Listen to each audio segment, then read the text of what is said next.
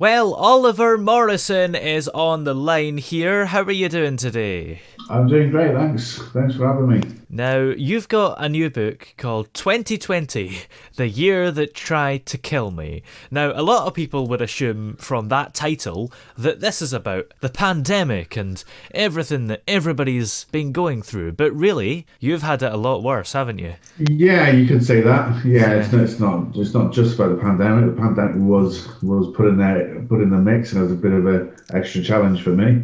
Yeah, definitely. So what are some of the issues that you've faced during 2020 then? Well, it all started at the back end of 2019, where I had this flu-like illness, very suspicious flu-like illness. And it was that bad. I just couldn't shake the cough, and until one day I coughed that hard, I snapped a rib, which led me to have a pneumonia and collapse in my lung. Wow. So that was the first few months of 2020. And then the pandemic kicked off with the COVID, which was this mysterious flu-like illness. Yeah. Which I had to deal with during my recovery, and basically I just got better, back to work, and then the pandemic hit full force, and we were all off in lockdown, which is a bit bizarre to say the least, wasn't it? Yeah. Yeah, but it was until November, the end of the year, which the big event of 2020 for me happened, which was on Friday the 13th. Oh, wow. Bizarrely enough, is when I basically had a seizure. Unbeknownst to me, I blacked out, and then I had all these awful headaches post blackout, and eventually found out that I suffered brain hemorrhage due to two aneurysms. And then I had to survive that, or go through that while being in the middle of a pandemic, which wasn't the easiest. Obviously, I couldn't have any family or anyone around me while this was all going on. And then 3 months later, during my recovery, I wrote a book about it. And you mentioned that you had a mysterious flu-like illness at the end of 2019, and there's been some people that have theorised that maybe they might have had COVID-19 before it was really known about. Do you think that, or do you think it's just a coincidence? Yes, I do believe that that what I suffered was COVID-19. I touch a little bit about it in my book, where I asked the questions during my recovery of my broken rib, but the doctors were like, "Oh no," because the first account of COVID-19 wasn't until XYZ months later, but they were the only first accounted issues of COVID. So I believe it was hit a little bit before 2020. Yeah. So how would you describe the way that the book is written? Is it from your own personal perspective then, I take it? Yes, it is. Yeah, it is. And I'm quite a cynical person. I've been through quite a lot. So, I've always tried to look on the bright side of things, even through my darkest moments, which is why there's quite a few humorous comic relief bits in the book, because I've tried to be as positive as possible, but I am quite a cynical person as well, so I try to see the funny side of things as well throughout the book. It's not a sob story by no means. It's just the way I've dealt with it, and it's quite entertaining as well, believe it or not. But even the subject matter is quite a dark subject matter. Yeah, I guess it's important to still have entertaining stuff, because you don't want people to be 100% traumatized all of the time. No, that's it. No, I mean, there are serious bits in it, but there are humorous bits in it as well.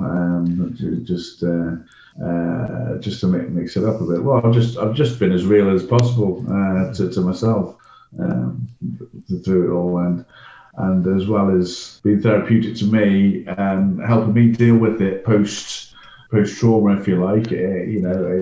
it's meant to be something entertaining for people as well, Yeah. and maybe to give people some inspiration, I suppose, if who are going through hard things. Just to inspire them, just to keep going. You just gotta keep taking each day as it comes. Yeah, definitely. And how long did it take you to write it? Because we're now approaching the end of 2021, so I guess it was Yeah. a good few months. Well, it took me about three or 4 months to finish my first draft of it. I started writing it February 21. Yeah. But it's about 3 months after my aneurysm, and I was in hospital after my first operation. I've had a second operation since, actually. Oh. To be honest with you. Yeah. Yeah. Which was only 4 or 5 weeks ago. Yeah, definitely. And you've done an audiobook for it as well, right?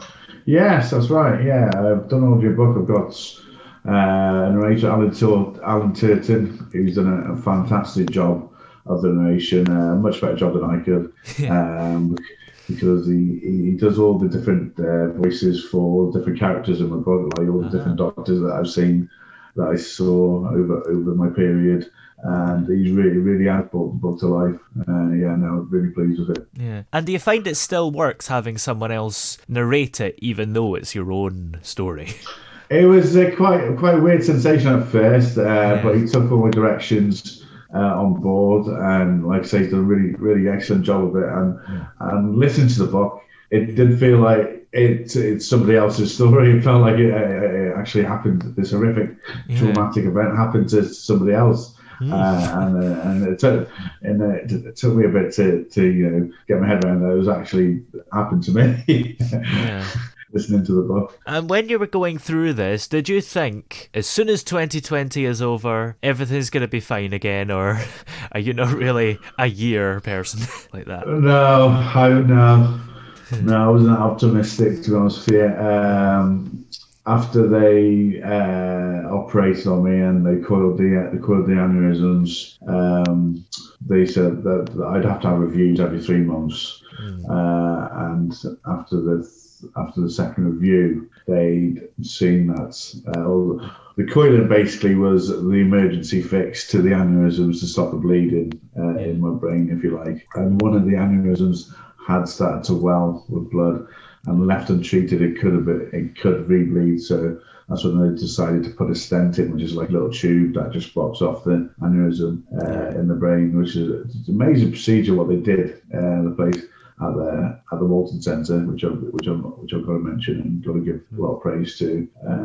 Absolutely excellent place. But I had to, so they decided to put another stent in, which is why I had to have another I had to go through brain surgery again about 5 weeks ago to have the stent put in. But hopefully that's it now. That's all done now, and I can just recover now and get on with my life. Definitely. And of course, this isn't the only book that you've written. What other ones have you done? Well, I've published a few books, a couple of them under aliases because they're just non-fiction books, and I've done some low content journals. I've done a bucket list journal. Which is just a journal to list all your bucket list adventures in. And I've also done a music festival and music journal, so you can document all the music events that you go to, about your favourite DJ in there, who you've seen, where it was, which are all on Amazon as well. Yeah. And in the meantime, this current book is called 2020, The Year That Tried to Kill Me, and it's by Oliver Morrison. It's available on ebook, paperback, hardcover, and audiobook. Where are all the places that we can find it? In the UK, you find it on Amazon. It's on Amazon in the UK and the US. Audible for the audiobook. That's it, really. There are a few other places in the US that you can get the book, but Amazon's the main distributor for it. Yeah, definitely. Well, thanks very much for joining us here on the show. It's been great having you on the air. Yeah, thank you for having me.